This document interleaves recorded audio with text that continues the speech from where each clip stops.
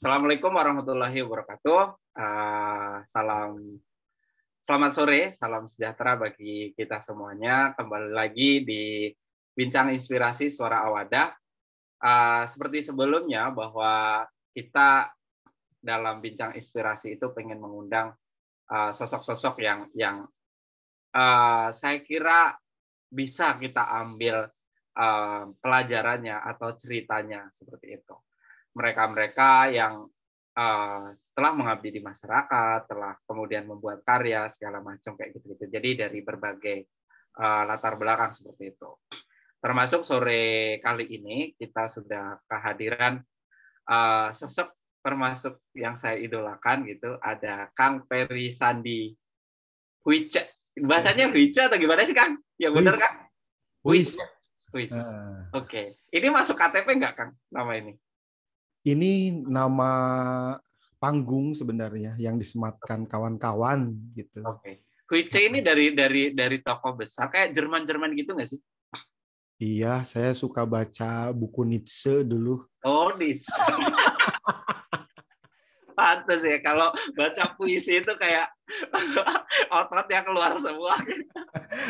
Jadi The Birth of Tragedy itu, waduh.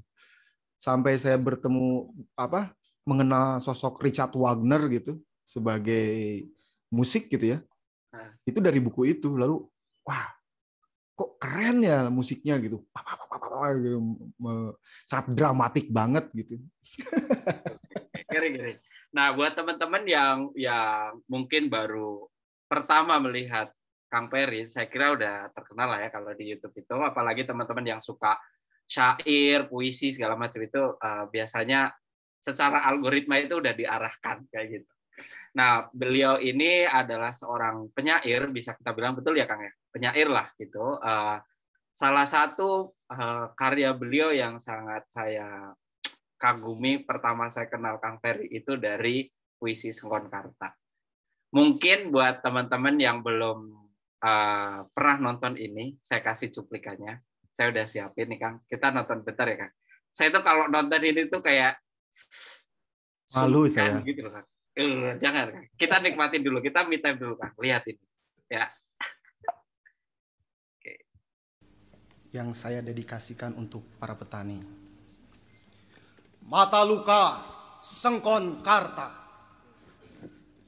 serupa Mas Kumambang, pupuh mengantarkan wejangan hidup. Kecapi dalam suara sunyi menyendiri, pupuh dan kecapi membalut nyeri, menyatu dalam suara genting. Terluka melukai, luka-luka menganga akibat ulah manusia. Terengah-engah dalam tabung dan selang. Aku, seorang petani Bojongsari, menghidupi mimpi dari padi yang ditanam sendiri. Kesederhanaan panutan hidup dapat untung dilipat dan ditabung. 1974, tanah air yang kucinta berumur 29 tahun. Waktu yang muda bagi berdirinya sebuah negara. Lambang Garuda, dasarnya Pancasila, Undang-Undang 45. Merajut banyak peristiwa. Peralihan kepemimpinan yang mendesak, Bung Karno diganti Pak Harto dengan dalih keamanan negara. Pembantaian 6 jenderal, 1 perwira, 6 jam dalam 1 malam, mati di lubang tak berguna. Tak ada dalam perang Mahabharata, bahkan di sejarah dunia, hanya di sejarah Indonesia. Pemusnahan golongan kiri, PKI, wajib mati, pemimpin otoriter, repelita, rencana pembangunan 5 tahun bisa jadi rencana pembantaian 5 tahun. Di tahun-tahun berikutnya, kudapati penembak misterius. Tak ada salah apalagi benar. Tak ada hukum negara. Pembantaian di mana-mana, diburu sampai godor di mulut, dor di kepala, diikat tali, dikepani karung. Penguasa punya tahta. yang tidak ada bisa diada-ada. Akulah Sengkon yang sakit, berusaha mengenang setiap luka di dada, di punggung, di batuk yang berlapis tuberkulosis. Malam Jumat 21 November 1974. Setiap malam Jumat Yasin dilantunkan dengan hikmat. Bintang-bintang berzikir di kedipannya. Suara-suara binatang melengkingkan pujian untuk Tuhan. Istriku masih mengenakan mukena, mengambilkan minum dari dapur. Di kejauhan terdengar warga desa gaduh. Ya, adili saja si keluarga rampok itu. Usir saja dari kampung sini. Bakar saja rumahnya. Betul. Di lubang bilik ada banyak obor dan petromak menyala, teriakan tegas. Saudara Sengkon, saudara sudah dikepung ABRI. Kamu selamat menyerahlah. Saudara tidak bisa kabur. Istriku kaget. Kok kamu, Kang? Kebingungan. Demi Allah, saya tidak berbuat jahat. Masih dalam suara yang sama. Kalau saudara tidak mau keluar dalam hitungan 3, kami akan mengeluarkan tembakan peringatan. 1, 2, 3. Secepatnya aku bisa. Di pintu, ratusan warga mulai melontarkan sumpah serapah. Anjing, babi, bagung, tai, sampah.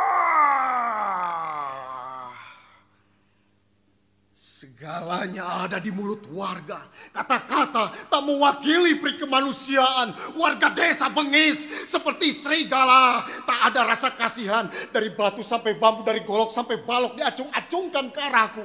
Serentak berkata, Allahu Akbar. Batu, bambu dan balok berterbangan ke arahku. Saudara-saudara sekalian, tolong hentikan, biarkan pengadilan yang memutuskan hukuman. Aku masih diselimuti kebingungan, disambut raja seluruh badan kepalaku ditodong senjata laras panjang mendekati puluhan ABRI dan polisi. Ya, gantung saja. Dasar orang yang tak tahu diri. Sampah masyarakat.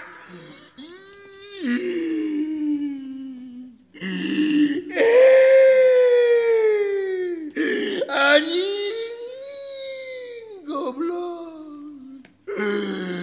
Dulu aing bae gara-gara sia anjing. Tudak. Aku dikerumuni pukulan warga ABRI dan polisi. Ikut-ikutan menendang. Dan suara tembakan di langit terdengar sayup.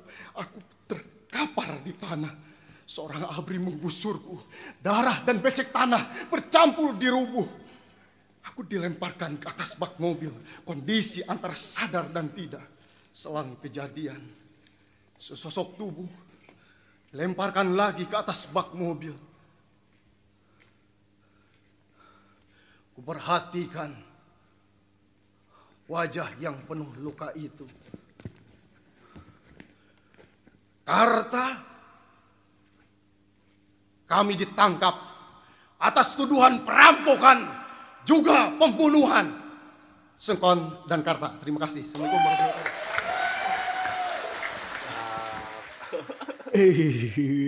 Ngeri.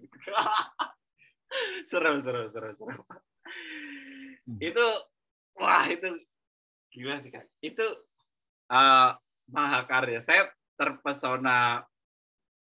Puisi itu apa ya? Sebuah syair itu bagi orang yang sangat awam seperti saya gitu.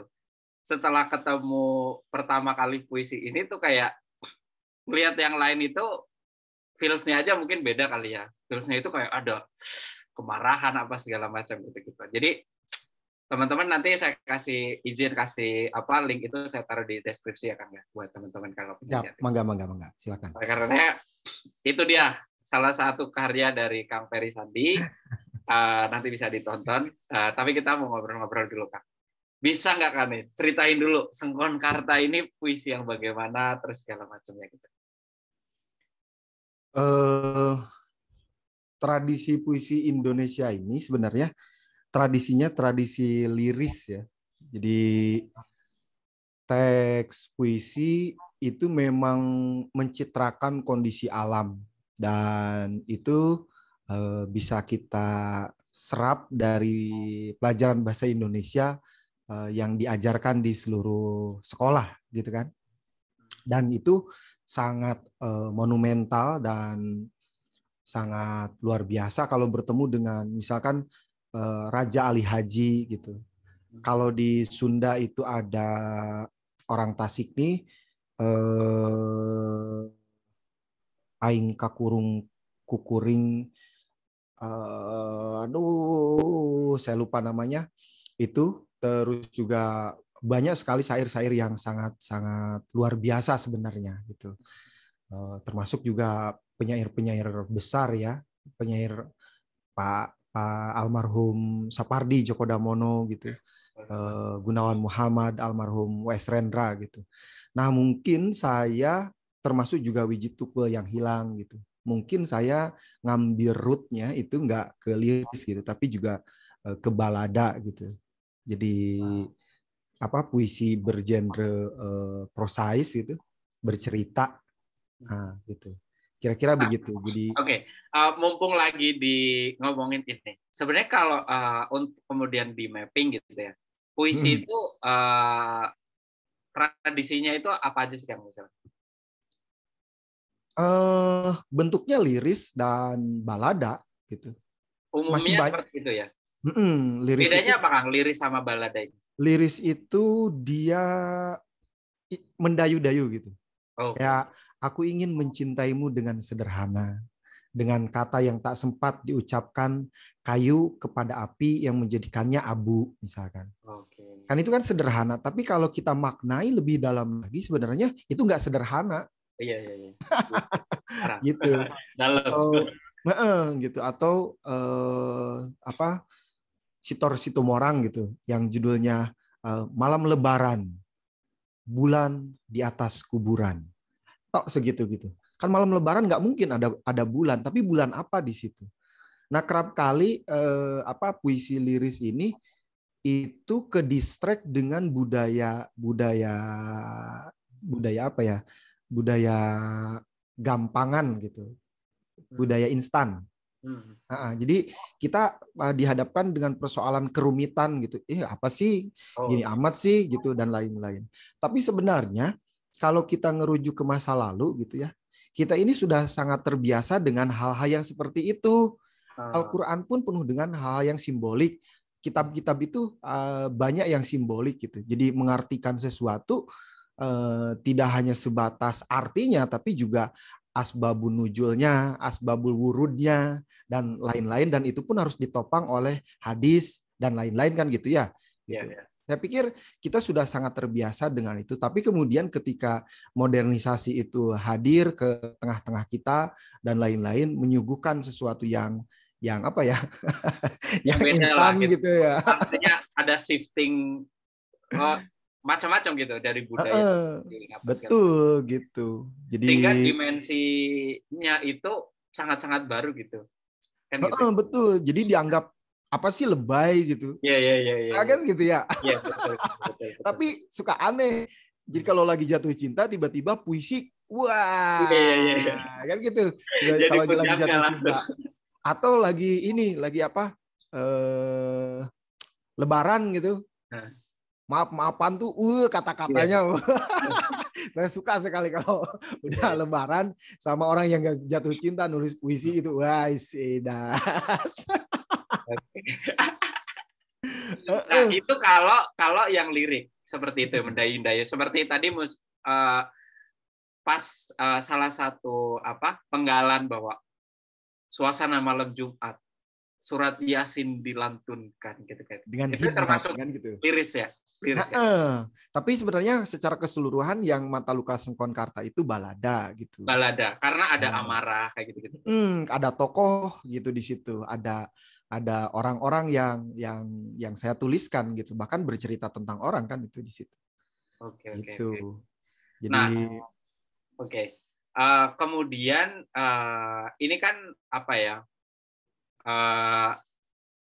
Satu, walaupun apa ya, ukuran prestasi itu bukan viral kan, tapi mau nggak mau Sengkonkarta ini memang viral kan beberapa tahun yang lalu gitu kan. Ya, betul. Termasuk temanya juga kan Sengkonkarta ini, gara-gara kasus Sengkonkarta ini kemudian kita punya undang-undangnya kan ya, praduga tak bersalah. Diceritain deh Kang detailnya gitu. Kenapa kemudian memilih Sengkonkarta dan prosesnya seperti ini? Jadi awalnya itu gara-gara saya nonton monolog For the Good of the Game. For the Good of the Game. Itu karyanya Pak Iman Soleh. Di situ ngomongin tentang sepak bola, tapi kelindannya dengan hukum yang diatur oleh wasit gitu. Dan hukum yang dipegang di sepak bola itu, sportivitas di sepak bola. Lalu kemudian si tokoh ini di kartu merah. Lalu melakukan pembelaan gitu. Gitulah ceritanya. Lalu diusirlah. Lalu di situ kenapa kok kartu merah? Apa sih hubungannya? Merah itu harus keluar gitu, kuning harus hati-hati, hijau gitu. Jadi tiba-tiba bertanya pada persoalan itu. Lalu kemudian kelindannya dengan hukum yang ada di Indonesia gitu. Seperti halnya hukum pada kasus Sengkon dan Karta. Di situ tuh dia melengking sampai Sengkon, Karta, Poek Mongkleng, buta rata gitu. Nah, apa sama Sengkon Karta? Lalu kemudian saya cari, ketiklah di Google karena saya selalu iseng gitu ya. Kalau ada yang nggak paham gitu dengan sesuatu, saya pasti nyari introduksinya tuh di Google gitu. Itu dari sejak zaman ada Google di HP ya gitu. Atau ke warnet gitu. Tek gitu waktu itu. Wah, kok menarik ini kasus ini tuh. Menarik dalam pengertian bahwa hukum di Indonesia ada perbaikan kalau ada kasus dulu gitu loh. Oke. Kenapa gitu selalu begitu gitu. Nah. Perbaikan hukum kita itu tuh kalau ada kasus dulu baru ada revisi gitu. Tidak ada usaha untuk bahwa preventif. Hukum gitu loh. Oke. Kayak begitu. Karena mungkin juga hukum kita tinggalan dari kolonial ya gitu. Jadi ya seolah-olah hukum itu nggak bisa dirubah dan lain-lain. Tapi saya nggak tahu secara pasti lah, karena itu memang ranah kawan-kawan di hukum ya. Tapi yang saya pertanyakan adalah itu gitu. Jadi kenapa harus ada kasus dulu baru lahir hukum? Apakah itu kodrat hukum? Gitu. Kita kira-kira begitu. Lalu kemudian sampai menumbalkan 2 orang petani yang tidak bersalah gitu. Nah, kemudian itulah selama jadi proses penulisan Sengkonkarta ini 2 bulan sebenarnya. Oke. 2 bulan ini penulisan atau termasuk riset? Riset selama 1 bulan. Jadi 2 minggu pertama mungkin itu studi pustaka gitu. Saya ke koran yang ada gitu, ke perpustakaan yang mengkoleksi koran ya. Saya buka majalah dan lain-lain gitu. Lalu kemudian ke Karawang, Bekasi. Sengkonkarta ini Karawang ya? Perbatasan sebenarnya, perbatasan Karawang dan Bekasi, yaitu di Bojongsari itu gitu. Bojongsari. Ya. Dan itu bulan puasa. Iya. Dan saya waktu itu lagi nunggu wisuda. Itu waduh, gak ada surat apapun. Kemudian ya proletar juga ya. Terus ke sana ke siapa? Pokoknya waktu itu yang penting aku ke sana nekat, aku ketemu, menangkap situasi dan kondisi Bojongsari gitu. selama 2 minggu yang tidurnya itu bisa di masjid, di pos ronda, gitu. Sampai ada anak muda yang mungkin kasihan gitu ke saya. Itu sendiri, Kang? Sendiri itu, sendiri. Sendiri. Terus ya tanya-tanya gitu keliling-keliling sampai satu titik tertentu di hari tertentu saya lupa. Itu saya ke kawasan di mana dulunya itu banyak golek berem. Golek berem itu apa ya? Punya relasi dengan gerombolan gitu. Preman. Apa ya? Pokoknya gerombolan aja. Di daerah Jawa Barat itu terkenal dengan gerombolan, bisa ngambil mungkin gerilyawan atau apa, saya nggak paham juga ya. Mereka tuh suka ngambilin beras warga dan lain-lain, nodong gitu, segala macam gitu-gitu. Kawasan tertentu itu. Lalu kemudian saya nanya-nanya di mana, di desa gitu. Dan kebetulan desa itu sedang melakukan pemilihan kepala desa gitu. Saya nanya-nanya,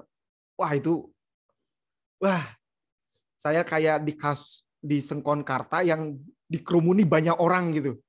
Kamu mau ngapain ke sini? Gitu. Kamu mau ngapain ke sini? Kamu mau ngungkit-ngungkit masa lalu tentang kami tuh? Disodorin gelok saya. Gila. Ini baru ke publik ini cerita. Oh iya. Oke, thank you Kak. Itu tahun berapa, Kang Ferry? 2012.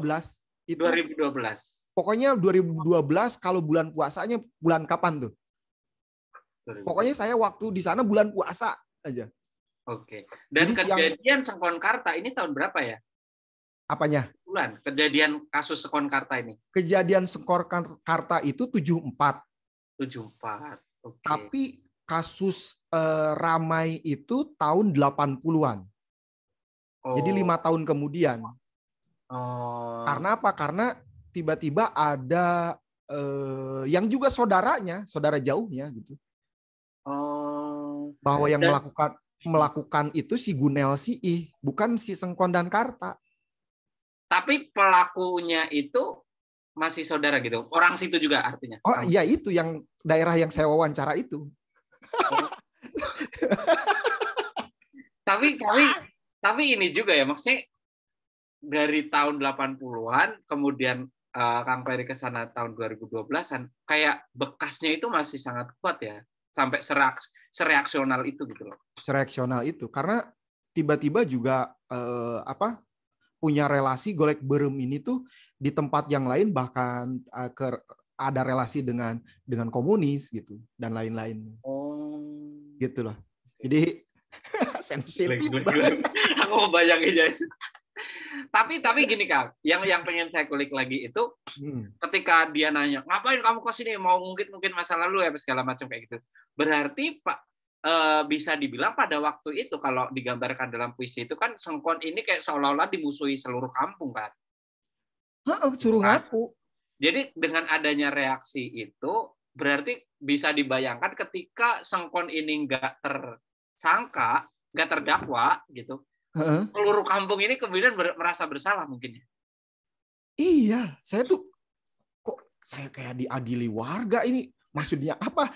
Saya ke sini itu, Pak, saya mau ngomongin namanya Pak Sengkon dan Pak Karta. Bagi saya 2 orang ini pahlawan yang memperbaiki hukum Indonesia. Nggak percaya itu. Serius, saya ini dari kampus kesenian, saya bilang mau nulis karya ilmiah lah. Daripada nulis puisi kan, aku puisi. Iya. Betul. Sampai sejauh karya ilmiah lah saya tuh. Mau ngomongnya tuh. Karya ilmiah saya bilang. Dan itu pokoknya mereka nggak percaya. Kamu pasti dari lawan main yang ini ya gitu. Kan lagi pemilihan kepala desa gitu. Iya. Jadi saya tuh dianggapnya sebagai sebagai mata-mata gitu loh. Ya gitulah pokoknya. Jadi, iya, karena kondisinya itu lagi terpolarisasi kan kalau lagi. Betul sekali. Jadi kok sial banget. tapi pada akhirnya kan kita jadi indah kan, desainnya itu luar biasa kan. Kalau kemudian ke sana ketemu kepala daerah, oh ya silakan itu rumahnya kayak gitu, kayaknya nggak menarik sih. Ya sih benar. Tapi waktu itu wah aku bisa kena ini ya, kena apa? Maksudnya kena banyak hal gitu ya. Aku nggak bawa surat penelitian, nggak bawa apapun. Yang menyelamatkan saya waktu itu kartu mahasiswa. Wah. Kartu mahasiswa yang sudah tidak berlaku dan di situ ada nomor kampus. Saya bilang, telepon aja kampus nih kalau nggak percaya. Saya ini orang kesenian yang biasa nulis saya bilang. Dan salah satu yang ingin saya angkat adalah Pak Sengkon dan Pak Karta yang bagi saya itu berdampak besar bagi hajat hidup banyak orang. Ya bangsa ini tentunya. Gitu. Karena dengan kasus ini katanya Indonesia itu baru punya undang-undang peninjauan kembali atau apa kan? Betul. Gara-gara kasus inilah kemudian Indonesia punya undang-undang KUHP tentang pasal peninjauan kembali itu.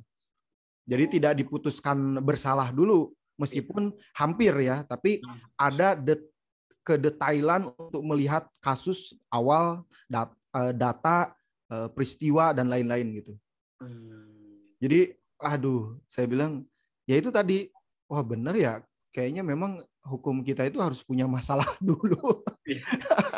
Harus mengorbankan banyak orang dulu gitu. Kenapa ya gitu? Tapi memang ya kayak gitulah ya. Misalnya aja sekarang sama kan kasusnya misalnya ketika fintech, Bitcoin apa segala macam ini bermunculan, berarti kan harus ada kerangka hukumnya kan kayak gitu. Ya, betul. Ya kan? Baru diatur kan? Iya. Nggak tahu apakah sebagai sebuah perkumpulan besar gitu, apakah harus menunggu kasus dulu baru kemudian berpikir. Tapi karena kan fenomena Bitcoin itu sebelumnya juga sebelum ramai sudah ada. Gitu loh. Sudah ada. Kalau lihat Bitcoin ya gitu. Baru rame, baru lahir hukumnya. Ya. Baru diomongin. Nah, ini gini Kang. Kemudian saya ngelihat betapa passionate-nya Kang Ferry ini sengulik itu gitu ketika melakukan sesuatu gitu ya. Saya kira ini juga dilakukan di hal-hal lain gitu, termasuk ya Sengkon Karta ini, di mana kebetulan saya ngajar Kang, saya ngajar dosen gitu ya, part time gitu. Ada rasa ketidaktegaan ketika misalnya memberikan tugas, yang tugasnya itu benar-benar harus ke lapangan gitu. Misalnya saya sekarang ngajar itu design thinking. Jadi metode untuk design thinking. Iya. Melakukan inovasi gitu kan. Asik. Nah, saya bilang proyek akhirnya design thinking ini adalah kalian harus menginovasi bisnis yang sudah ada gitu. Bebas, mau itu warteg silakan. Yang penting Anda melakukan kerangka design thinking ini gitu. Nanti barangkali wartegnya itu dari proses inovasi ini biasa jadi ada menu apa segala macam kayak gitu. Itu saya nggak tega kan, karena ngelihat ini jalan nggak ya gitu kan, apakah itu memberatkan apa segala macam gitu. Nah, sehingga melihat termasuk saya sendiri merasa dulu waktu dikasih tugas mahasiswa itu benar-benar seneng kalau kemudian benar-benar ditugaskan ke sana bikin event atau apa kayak gitu atau proyek apa gitu, benar-benar seneng gitu loh. Nah, kasus ini apalagi ini bukan tugas utama kuliah gitu kan. Ini benar-benar inisiatif dari Kang Ferry. Ada dorongan apa selain tadi ya karena ketertarikan hukum itu gitu. Ada dorongan apa selain kemudian sangat begitu gigihnya untuk kemudian mengupas Sengkon Karta ini? Dorongannya sangat heroik sebenarnya. Oke. Heroik banget gitu, heroik banget. Bahwa dari sejak zaman SMA gitu, saya ini tiba-tiba saya juga pesantren sebenarnya. Pesantren. Jadi, tapi bagi saya tuh kayaknya kalau dakwah di masjid gitu. Mimbar gitu ya. Gitu banyak lah gitu. Bisa nggak ya itu dilakukan di tempat-tempat yang lain seperti halnya sama dengan hobi saya gitu di teater ataupun di puisi gitu. Bisakah seperti itu gitu? Ya saya coba gitu. Jadi ketika ngomongin tentang kemanusiaan, ngomongin hajat hidup banyak orang, kayaknya sih memang mesti dilakukan oleh anak muda ya gitu. Karena luang waktunya sangat luar biasa. Mumpung sebentar lagi Hari Sumpah Pemuda ya tanggal 28 Oktober gitu. Jadi ada kelindannya. Bagi saya itu ya anak muda harus merdeka. Untuk mencapai merdeka, Bung Karno itu sampai misalkan itu dipenjara di Sukamiskin oleh kolonial gitu. Kalau mau jadi orang keren ya memang harus siap berani menantang bahaya gitu. Jadi untuk ngambil data Sengkonkarta mana ada bahayanya? Iya, nggak ada bahayanya.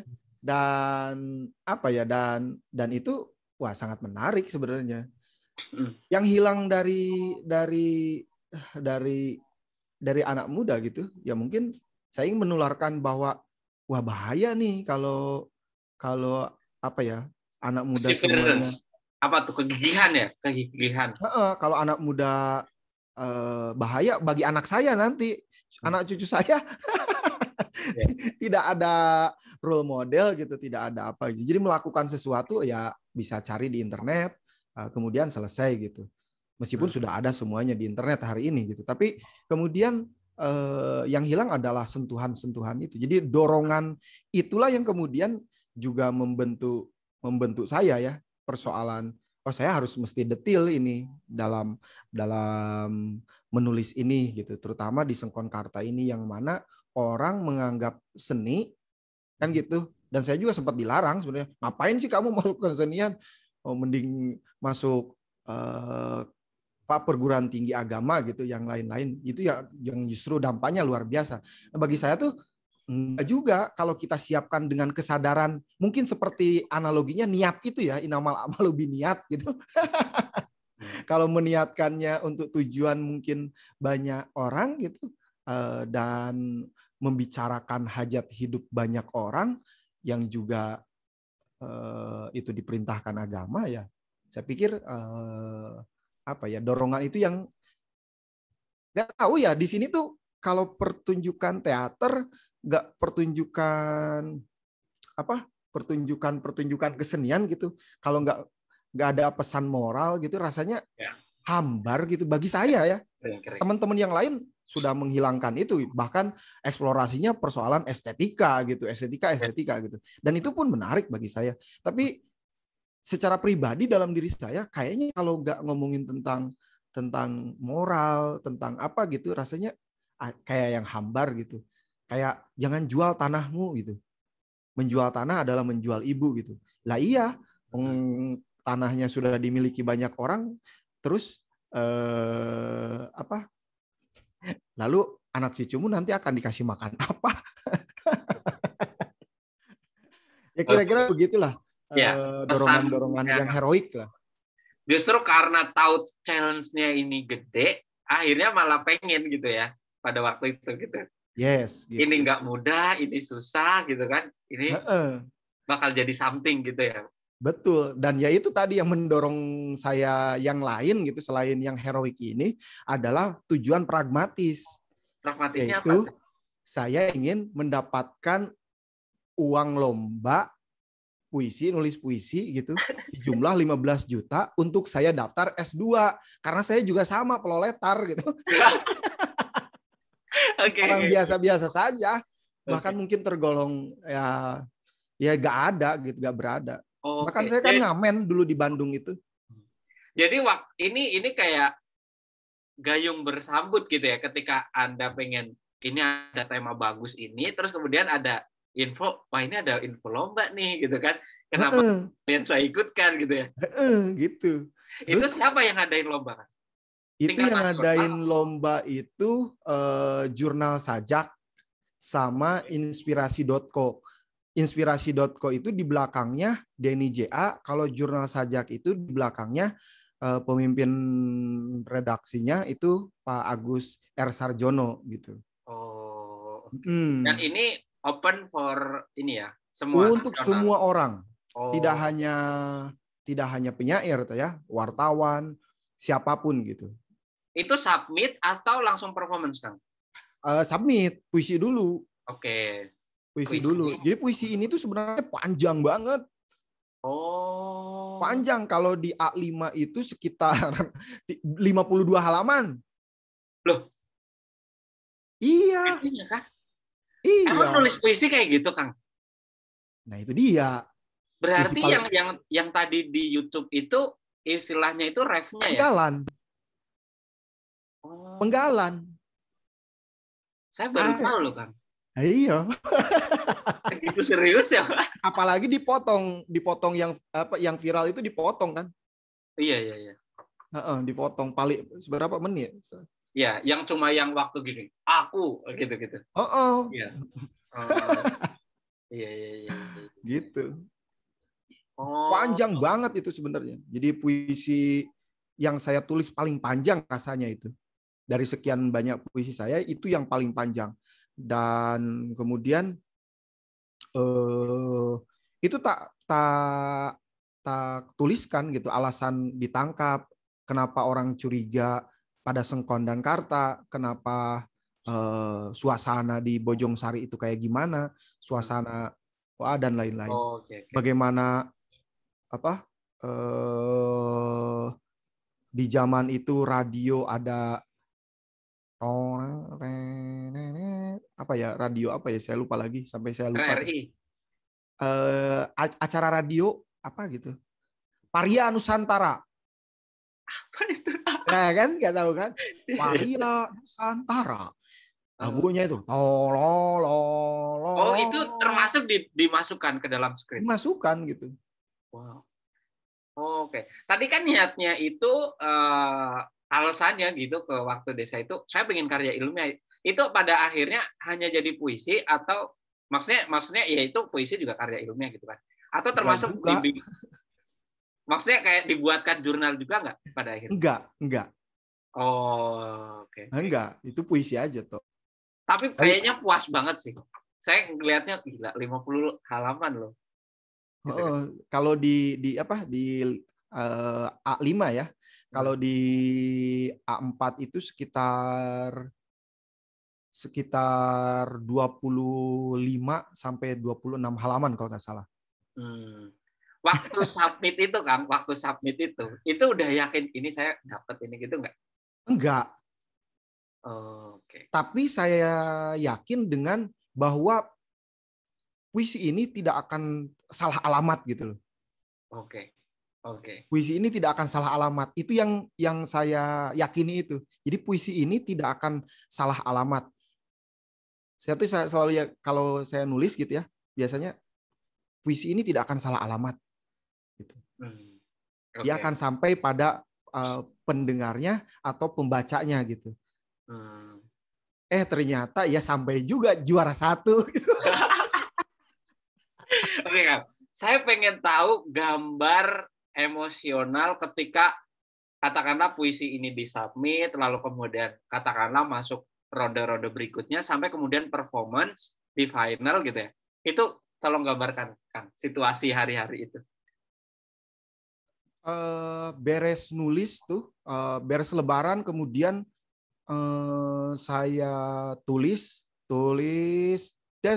ternyata diundur. Si lombanya tuh. Lalu kemudian saya lihat lagi, baca lagi, revisi lagi gitu. Baca lagi, ada mungkin sekitar 9 kali gitu, sampai 10 kali itu revisi. Jadi beruntungnya saya tuh terakhir dimasukin, tiba-tiba diundur gitu. Diundur sekitar 2 minggu kalau nggak salah. Jadi ada kerja revisi lah dari situ tuh. Alhamdulillah. Jadi saya melakukan revisinya dengan dua cara gitu ya. Dengan cara baca nih sama Diko misalkan. Dibaca, jangan dulu ngomong, nanti saya bacakan, saya bilang. Khusus saya bacakan. Dibacakan, kesan saya baca sama kesan kamu baca sama kesan kamu mendengar saya baca gimana? Ada keterhubungan nggak atau terpisah gitu? Oke. Sama katanya gitu. Jadi peristiwa yang dibentuk di situ dari awal sampai akhir,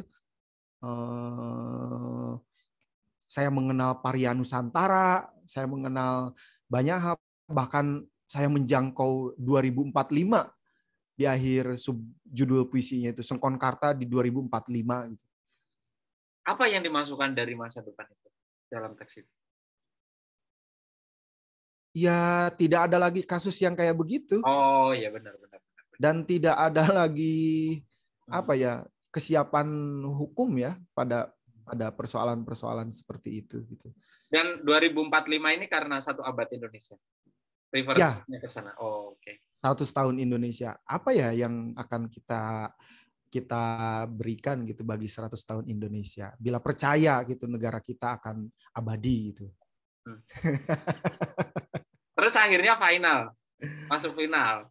Final masuk, lalu teng kok namaku paling atas. Namaku paling atas dari sekian ribu gitu peserta, namaku paling atas. Wih, juara 1. Langsung nelpon emak, juara 1, Mak. Mak, doain Pak. Saya mau kuliah lagi S2. Saya telepon bapak angkat saya. Pak, saya bilang, juara 1 Pak. Alhamdulillah. Keren. Selamatan. Ayo selamatan. Numpang kayak gitu.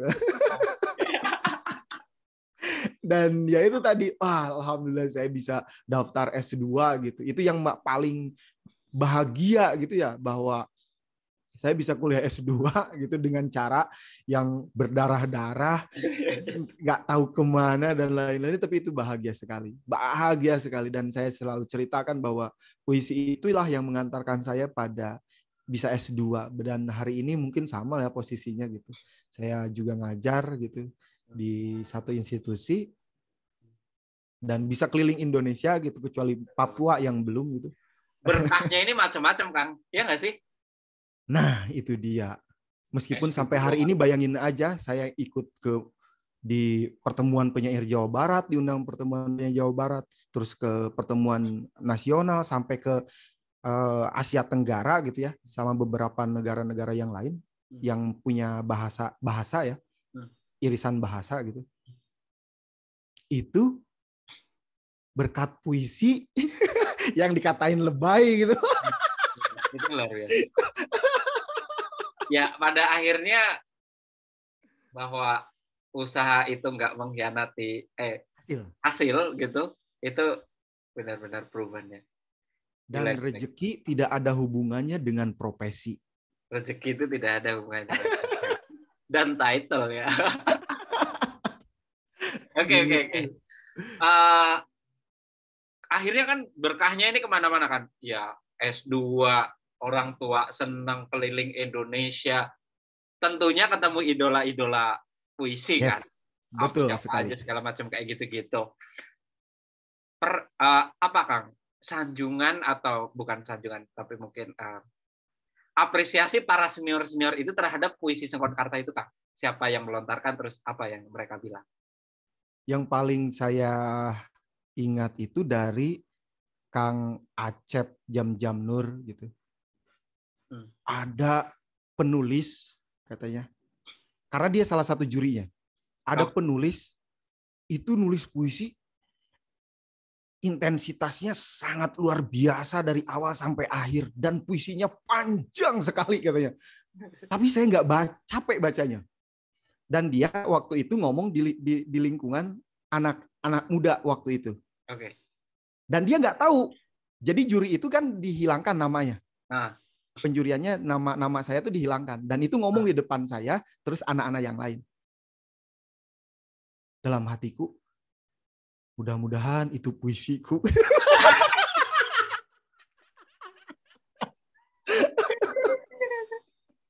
Mudah-mudahan itu puisiku. Iya, alhamdulillahnya. Iya, ternyata yang diomongin Kang Acep.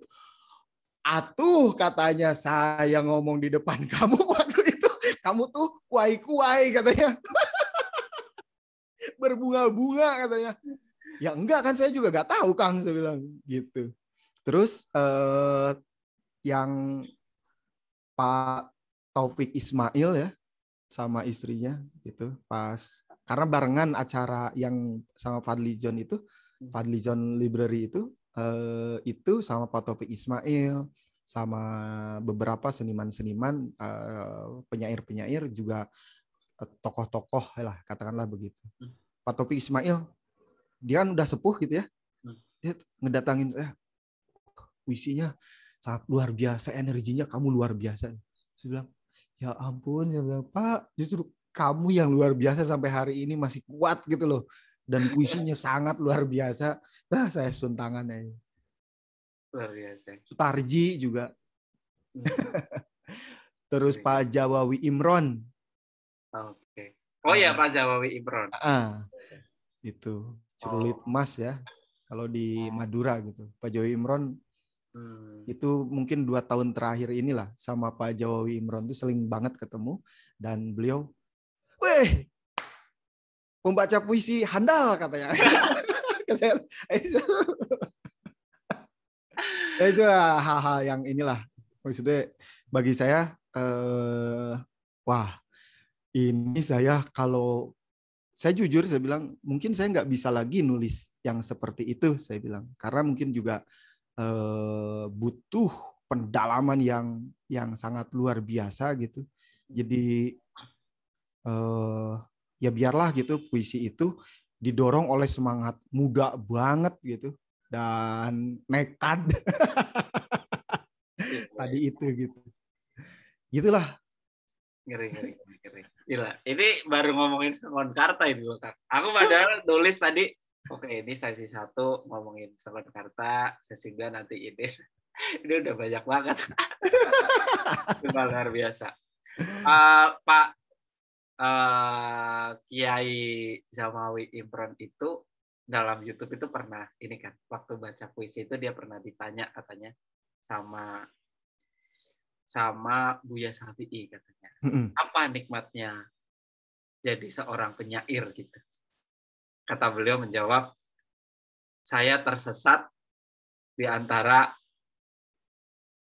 apa ya? Dia ngomongnya gini, saya tersesat menurut orang-orang banyak, padahal saya merasa saya paling benar kayak gitu.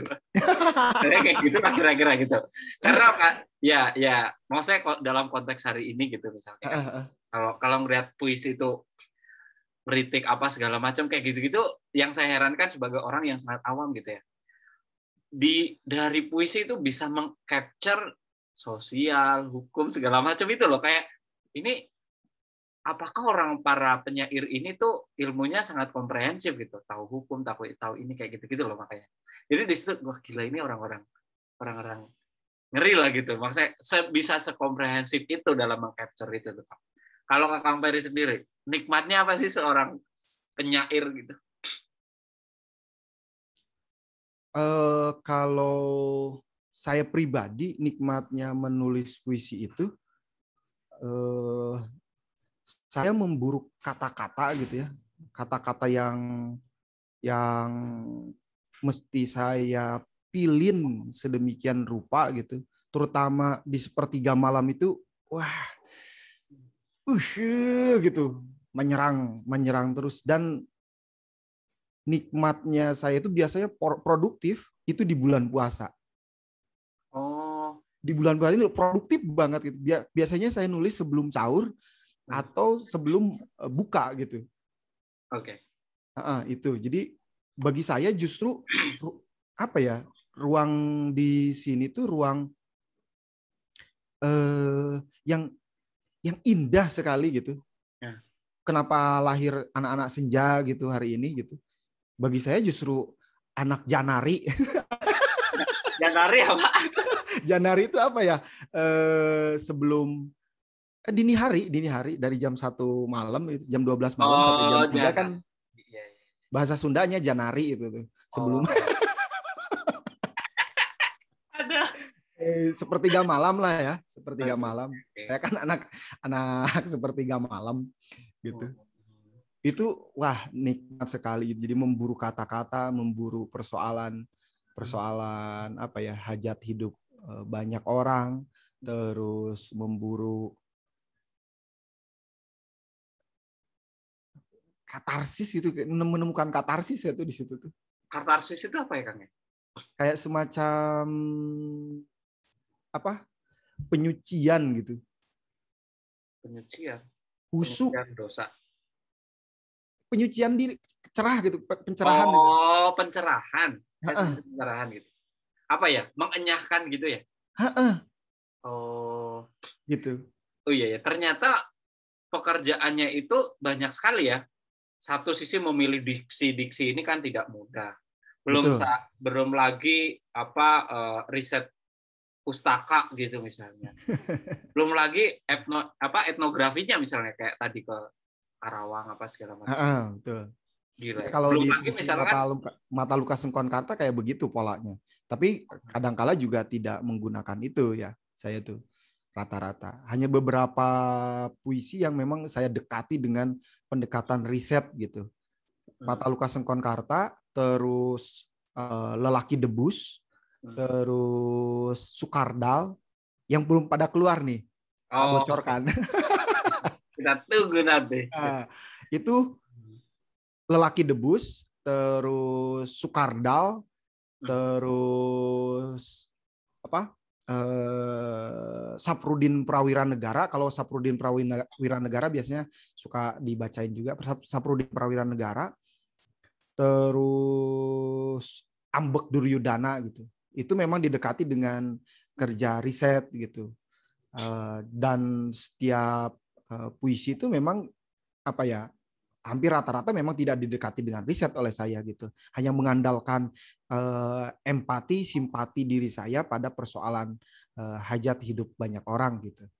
Kira-kira begitu. Tapi memang sangat heroik sih. Maksudnya ya saya heroik banget gitu untuk menulis banyak orang, ingin merangkum banyak orang gitu. Seperti doa saya kan gitu. Ya saya ingin juga merangkum banyak orang gitu. Peristiwa banyak orang. Apakah puisi ini gimana ya? Pertanyaan yang tepat tuh. Apakah puisi ini selalu para penyair gitu ya? Para penyair ini selalu membuat karyanya itu dengan kekuatan riset itu, Kang? Atau para penyair ini punya cara sendiri? Ada yang dengan karyanya itu didukung dengan kekuatan research gitu, atau ada mungkin dukungan-dukungan lain gitu, Kang? Banyak tipe sebenarnya. Jadi kan kalau saya tuh bisa menganalogikannya dengan 3 hal, kan gitu, 3 hal gitu. Pertama, teori penciptaan itu bisa dengan cara iseng gitu, iseng aja nulis. Kayak saya kelas 2 SMA selama 2 tahun itu nulis perempuan yang saya cintai gitu, yang saya sukai gitu ya. Yang saya tidak berani mengungkapkannya itu saya tulis gitu. Kan iseng itu. Tiba-tiba hari ini saya akan nulis tentang alisnya. Besok hari tentang matanya gitu. Besok hari, dan itu dilakukan selama 2 tahun gitu. Mungkin lebih tepatnya itu ya. Teori penciptaan itu bisa dengan asal nulis iseng gitu kan. Terus gitu. Menggunakan riset gitu. Terus ada yang memang dia berdasarkan ketakutan gitu. Jadi ada beberapa puisi-puisi saya tentang kekhawatiran.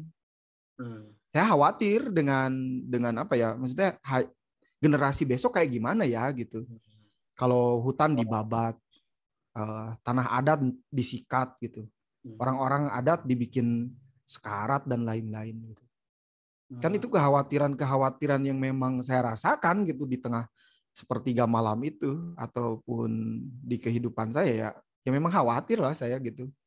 Bukan hanya kata-kata belaka, tapi memang khawatir gitu pada persoalan itu. Lalu kemudian gara-gara uang tak seberapa dibikin polarisasi masyarakat gitu. Polarisasi masyarakat dengan aparat. Lalu dibikin berantem gitu. Asli. Bisa gitu. Gara-gara uang tak seberapa dari provokasi, entah itu dari pengusaha, entah itu dari mana gitu. Tapi Kan itu kayak gitu. jatuhnya Kekhawatiran. Itu kekhawatiran. seperti kekhawatiran, ketakutan itu. Yang terakhir memang disengaja untuk masuk ke laboratori gitu. Oke. Jadi laboratori. Nah, kawan-kawan laboratori ini kan namanya juga laboratori ya, bisa dekati dengan banyak hal, termasuk juga riset, termasuk juga kawan-kawan seluruh penyair itu sebenarnya sudah sangat riset gitu. Cuman memang risetnya itu riset secara diam-diam gitu. Ya, punya cara masing-masing lah ya. Cara masing-masing gitu. Nah, saya mungkin caranya dengan cara membuka apa ya, data-data lama gitu. Kayak Sukardal gitu. Saya ngebuka hanya 2 orang yang nulis tentang Sukardal. Pertama Gunawan Muhammad, yang kedua Saini KM gitu. Tahu nggak Sukardal siapa? Enggak. Sukardal itu tukang beca di Bandung. Gara-gara becanya diambil Tibum itu Satpol PP, lalu kemudian dia gantung diri di pohon.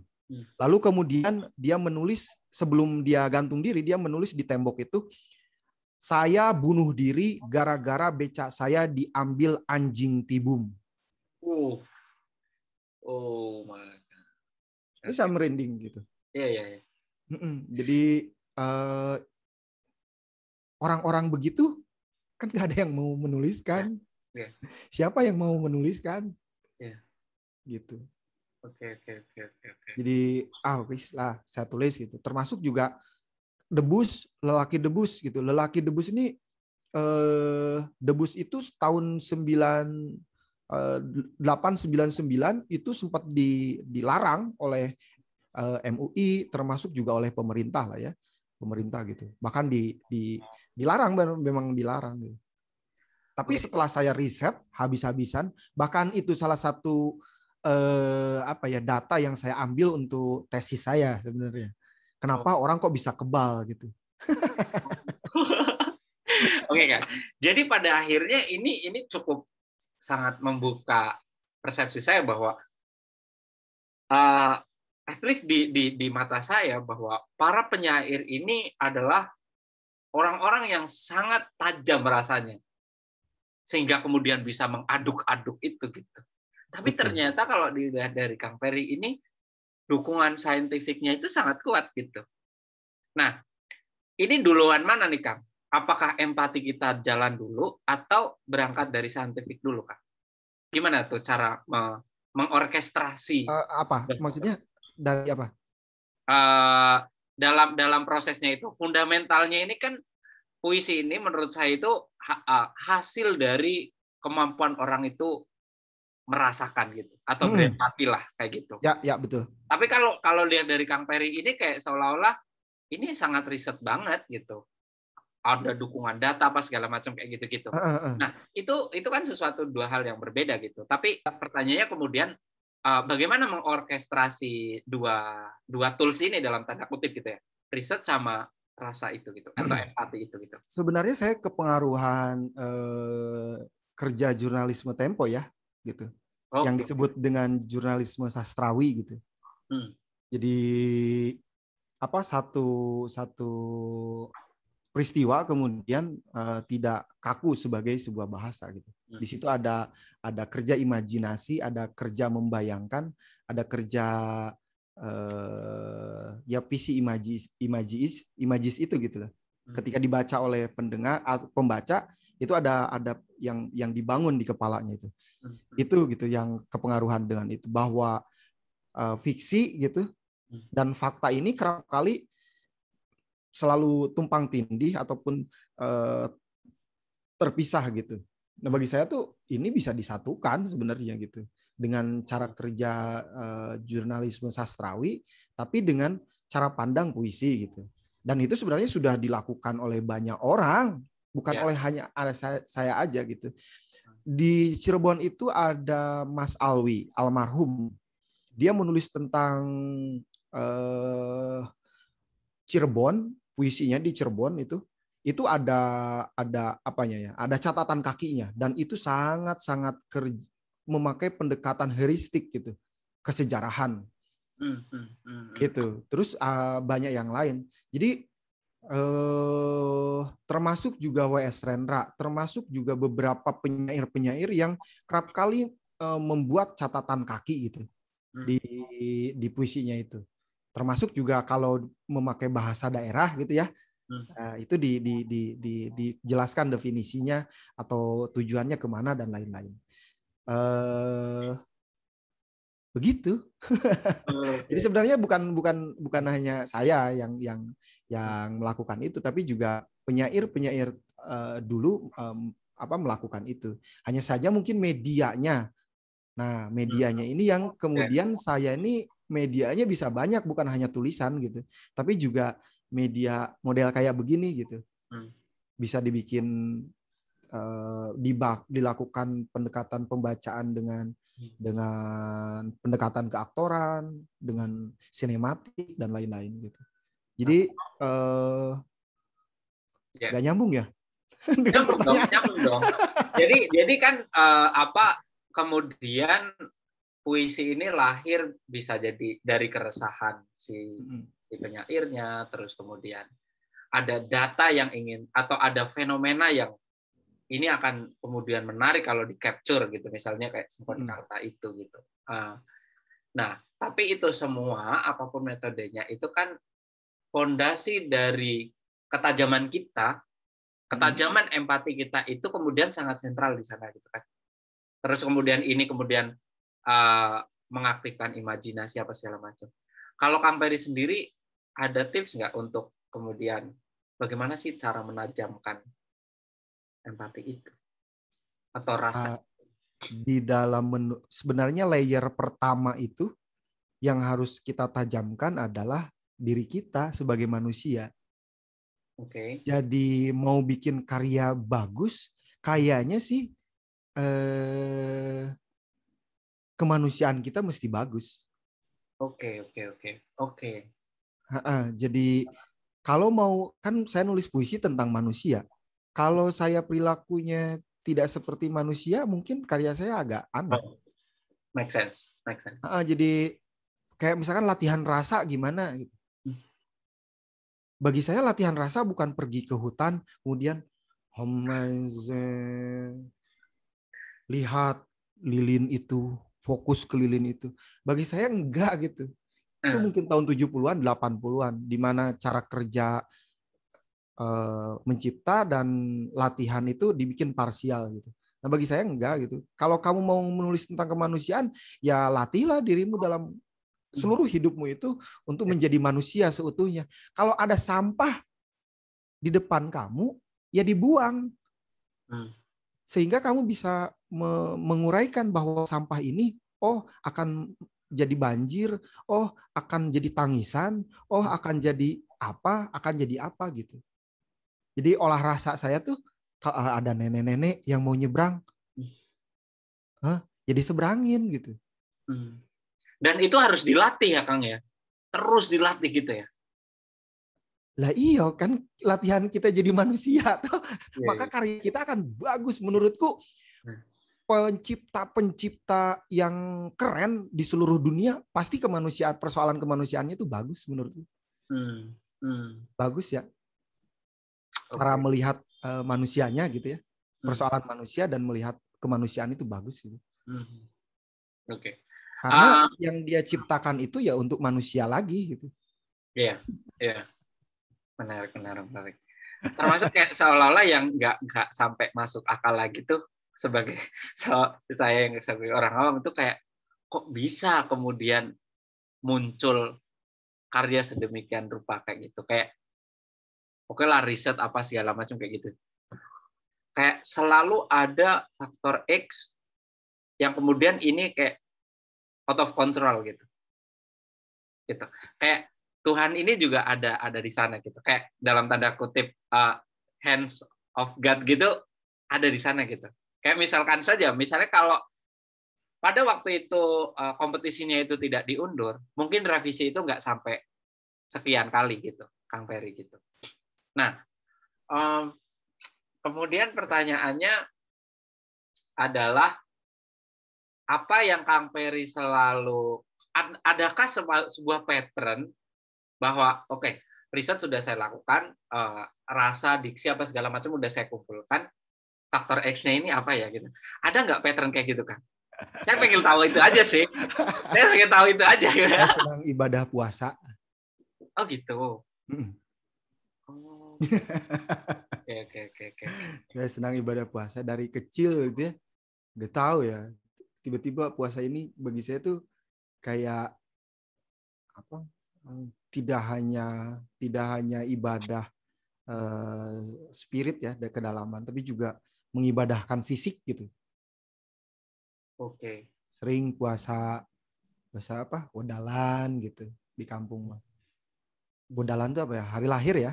Meskipun tidak ada sebenarnya di agama, tapi bagi saya berterima kasih pada alam semesta, pada ibu gitu, pada yang memberikan hidup dan kehidupan bagi saya dan lahir di hari itu gitu.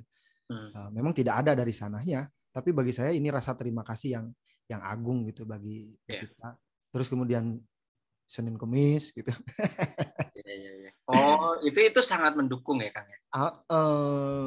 Gitu, dan membiasakan.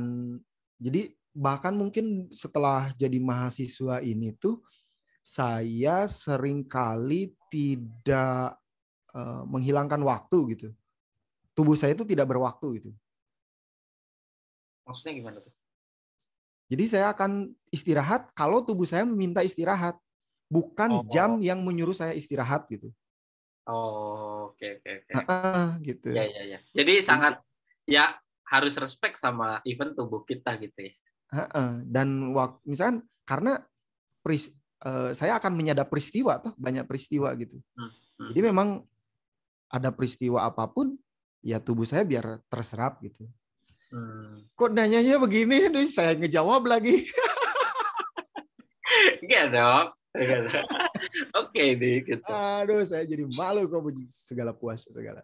Tapi memang begitulah kira-kira. Jadi saya mungkin setelah jadi mahasiswa tuh kerap kali jarang tidur malam gitu. Tidurnya mungkin 2 jam, 3 jam, bahkan sampai hari ini pun masih kuat gitu, tidak tidur selama 2 hari 2 malam gitu. Cuman memang ngelayang gitu.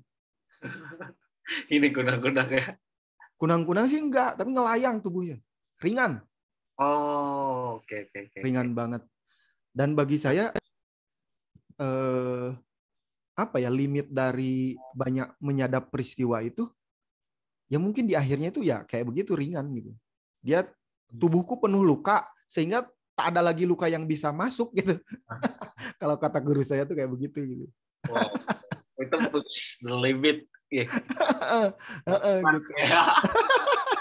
Gila, aku bayangin aja dah. Oke. Sekarang ini Kang, kemudian dunia ini berubah, ya kan? Adanya internasionalisasi atau modernisasi, terus kemudian dari situ 2000-an shifting dengan peran teknologi itu mengubah dunia ini dengan berbagai macam platform yang dimunculkan segala macam itu kemudian mempengaruhi budaya atau peradaban manusia lah kayak gitu. Posisi puisi itu pada akhirnya seperti apa Kang? Relevansinya segala macam. Selagi kita menggunakan bahasa, puisi itu pasti hadir. Pasti hadir ya? Pasti hadir. Bahkan hari ini kalau mau melihat puisi, eksplorasi puisi ya, laboratori puisi terbaru gitu ya, yang digagas oleh namanya Afrizal Malna gitu. Itu bisa dicari di IG. Dia bikin IG namanya Festival Puisi Jelek gitu. Aku langsung search deh. Itu sangat menurutku bagaimana pertautan antara emosi, empati, teknologi, algoritma,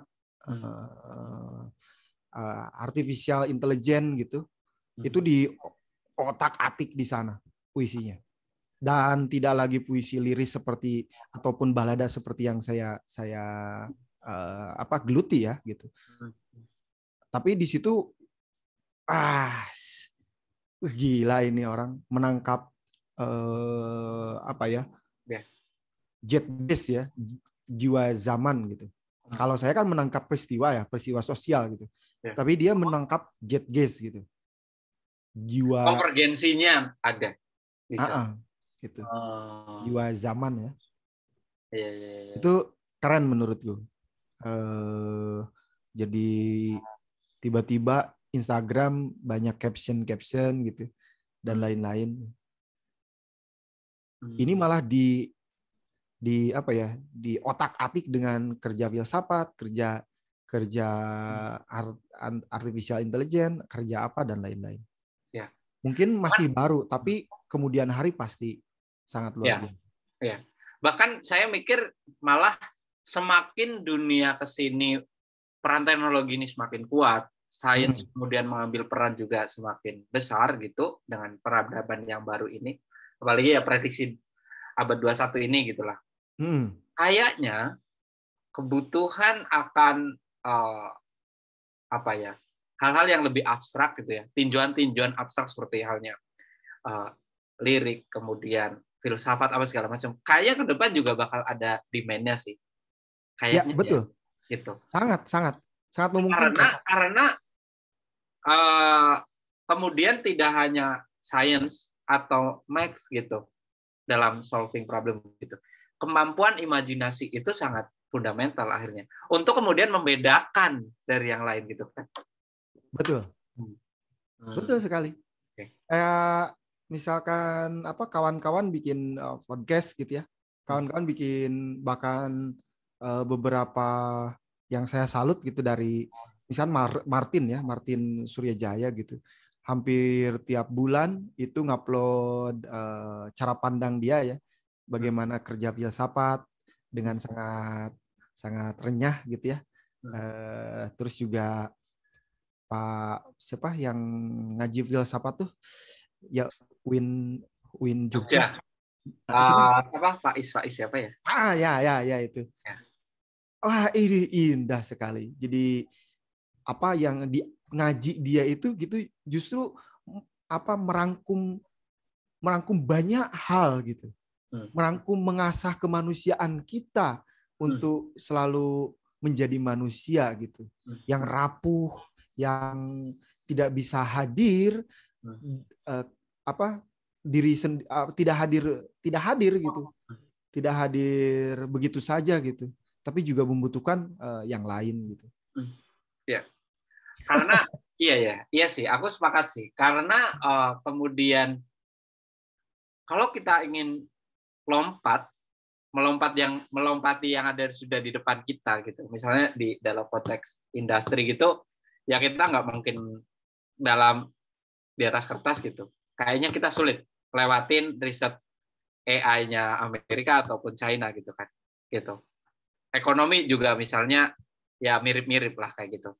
Butuh suatu tinjauan agar bagaimana kita bisa kemudian melompat gitu ke depan yang jauh lebih besar. Nah, mungkin faktor-faktor seperti tadi imajinasi, terus kemudian termasuk misalnya orang-orang yang bisa mengcapture kondisi saat ini seperti apa, manusia ini seperti apa, kembali ke fitrahnya, mengingatkan hal itu gitu, sehingga kita tahu sebenarnya kondisi kita hari ini apa, ke depan ini harusnya kita di posisi mana sih gitu, atau kita melakukan apa sih gitu. Seperti halnya misalnya kayak dilakukan Yuval Noah Harari, historian itu gitu kan. Ya. Yang beyond dari histori dia itu kan dia menggunakan pattern kehidupan manusia dari berbagai macam dari zaman dulu gitu untuk mengcapture 200 tahun ke depan ini seperti apa gitu. Ya itu penting banget sih. Betul, dan harus ada kayaknya puisi gitu, sastra butuh bukan platform, tapi istilah hari ini itu startup ya. Oke, startup. Harus ada startup yang untuk kemudian memberikan ruang lah ya, wadah lah. Ya gitu. Kita Ya memang harus disediakan karena kita akan menghadapi bonus demografi ya 2030 gitu. Yang hari ini sebenarnya sudah dimulai dikit-dikit gitu ya. Tapi bonus demografi 2030 sampai 2045 atau 2050 gitu ya. Artinya kan wah banyak sekali anak-anak muda yang memang daripada digiring oleh institusi tertentu, oleh isme tertentu, mending juga dikasih opsi-opsi gitu, opsi-opsi yang banyak. Termasuk juga mungkin startup puisi, startup sastra, startup apapun gitu ya, yang bisa diolah sehingga dia bisa diakses seperti halnya Netflix, seperti halnya Mola, seperti halnya yang lain-lain itu, meskipun memang tidak akan sebanyak sebanyak pengikutnya sebanyak Netflix ataupun yang lainnya, tapi kehadiran dia gitu itu memberi jeda. Manusia ya tadi dia butuh ruang imajinasi gitu di tengah-tengah kesibukan yang sangat tidak memanusiakan dirinya. Itu penting sih, penting banget sih, sangat penting. Makanya ya let's say yang akan menjadi pembeda itu kalau kita itu bisa berpikir berbeda gitu, think different gitu, kata Steve Jobs itu. Ya betul. Kembali lagi kemampuan imajinasi kita. Wong metodenya di mana-mana saja, projection business, ide metode menciptakan inovasi itu kan sama semuanya kayak gitu kan. Metodenya dipelajari semua orang gitu. Kalau mau pembeda itu ya milestone-nya itu sih yang berbeda. Nah, ruang-ruang itu yang akan menjadi ruang inspirasi barangkali ya, ruang imajinasi. Betul. Jadi memang mesti banyak memeriksa persoalan historiografi gitu, memeriksa persoalan definisi, memeriksa persoalan banyak hal gitu ya, untuk memunculkan kreativitas baru gitu. Jadi bullshit kalau kita ngomongin kita sudah punya kreatif gitu, kita sudah kreatif tapi tidak mau menengok persoalan masa lalu, tidak mau menengok persoalan hari ini, apalagi mau menjangkau masa depan, sulit sekali gitu kita akan menemukan itu. Ya, dari prinsip riset aja jangan melakukan riset sesuatu yang sudah diriset gitu kan. Artinya kan harus ada bab literatur review gitu kan. Betul. Ya. Oke.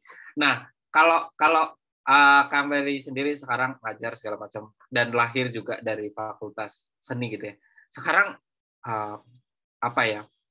vibe atau antusiasme anak muda sekarang terhadap seni itu seperti apa, Kang? Puisi apapun lah itu gitu. Melihatnya sekarang trennya bagaimana segala macam gitu. Saya rasa lebih dinamis ya. Jadi saya percaya hukum kebudayaan itu gitu dinamis, artinya di situ ada perubahan ya, selalu ada sesuatu yang ada limit gitu, ada limit hukum, ada limit gaya, ada limit bentuk gitu. Ada di situ dinamis, terus ada limit bentuk, limit gaya, yang terakhir sesuatu yang abadi gitu, sama dengan atau adalah perubahan. Ya. Jadi kalau hari ini ngobrol seperti ini tidak dianggap sebagai kesenian, saya kira kalau kita create sedemikian rupa obrolan ini, lalu kemudian dikelindankan dengan banyak hal dan lain-lain, mungkin bisa jadi film dokumenter gitu. Iya. Kan gitu. Bisa bikin film dokumenter kan gitu. Atau ya sekarang tuh dimudahkan, tapi sebenarnya tergantung kita melihat satu bentuk ini gitu, wawancara ini gitu. Ini kan resource gitu. Nah, kalau resource dia sumber, kalau sumber ya bisa dijadikan apa saja. Kalau ini katakanlah data, media gitu. Media kan bisa dirubah-rubah. Media tuh bisa jadi media A, media B, media C, media dan seterusnya itu. Menarik. Jadi anak-anak muda hari ini semakin dinamis dan dia tidak melihat bahwa saya harus memahami kesenian secara konservatif. Ya ada banyak yang begitu. Anak-anak muda tiba-tiba memaknai situs dengan nyanyian, dengan lagu, dengan apa gitu. Itu juga kan jadi suatu yang lain gitu, yang lian. Anak-anak muda tiba-tiba justru memaknai gunung misalkan sebagai tempat untuk melepas penat seperti halnya Suhokgi gitu, yang dilakukan Suhokgi.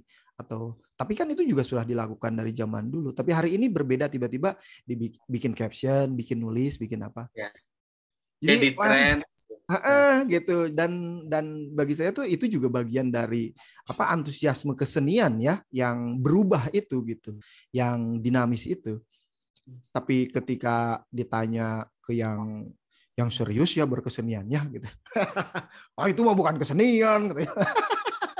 Kalau saya sih nganggap itu opsi dari bentuk kesenian itu sendiri gitu. Betul. Dan selama masih ada fenomena, disitulah masih ada syair gitu ya. Yes. Kira-kira begitu. Dari berbagai peradaban itu puisi selalu mengiringi kehidupan itu ya. Entah dia hadir sebagai sebuah imajinasi karya yang dinikmati itu, kemudian hadir juga sebagai kritik tentunya, kritik sosial, pengingat segala macam kayak gitu-gitu. Pertanyaan terakhir ini sebagai mungkin penutup kali ya, bahwa peradaban manusia ini selalu diiringi dengan seni, dengan termasuk puisi ini telah mengiringi peradaban kita sebagai manusia gitu kan. Dia hadir sebagai sebuah seni yang bisa kita nikmatin gitu, sehingga menciptakan sebuah imajinasi kayak gitu. Dia hadir, puisi hadir sebagai pengkritik misalnya dengan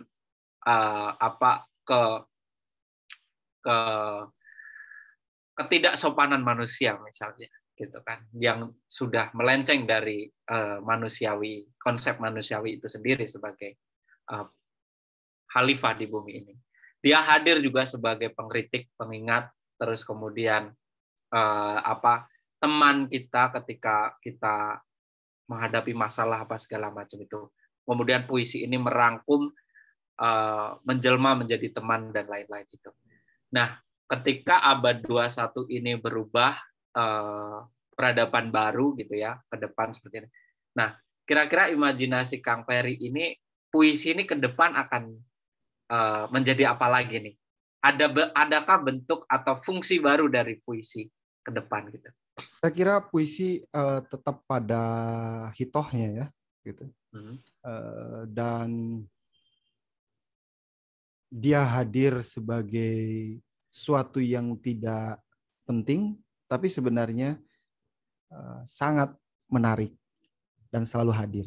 Jadi puisi adalah jeda untuk memaknai hidup hari kemarin, hari ini, dan hari esok. Kira-kira begitu. Mantap. Jeda ya. Iya, betul. Puisi itu akan menjadi jeda. Dan kita itu butuh jeda gitu. Betul. Kan, gitu. Kalau enggak, itu nanti enggak berseni. Oke. Thank you, Mas Ferry Sandi. Mudah-mudahan ini obrolan bermanfaat. Amin. At least buat kita berdua, Mas Ferry. Karena saya mengidolakan Anda. Sama. Tapi banyak sekali lah. Saya banyak belajar juga tadi tentang teori tadi. Oh, kok ada ya begitu. Keren. Saya nanti baca. Tapi ya pasti banyak manfaatnya buat apalagi para generasi muda yang lagi suka-sukanya puisi, suka-sukanya seni segala macam, termasuk banyaklah yang bisa dipetik dari obrolan kita sore kali ini. Mungkin itu saja teman-teman. Terima kasih sudah bergabung Mas Ferry sekali lagi, dan sampai jumpa di episode Bincang Inspirasi Suara Awadah selanjutnya. Wassalamualaikum warahmatullahi wabarakatuh. Wassalamualaikum warahmatullahi wabarakatuh.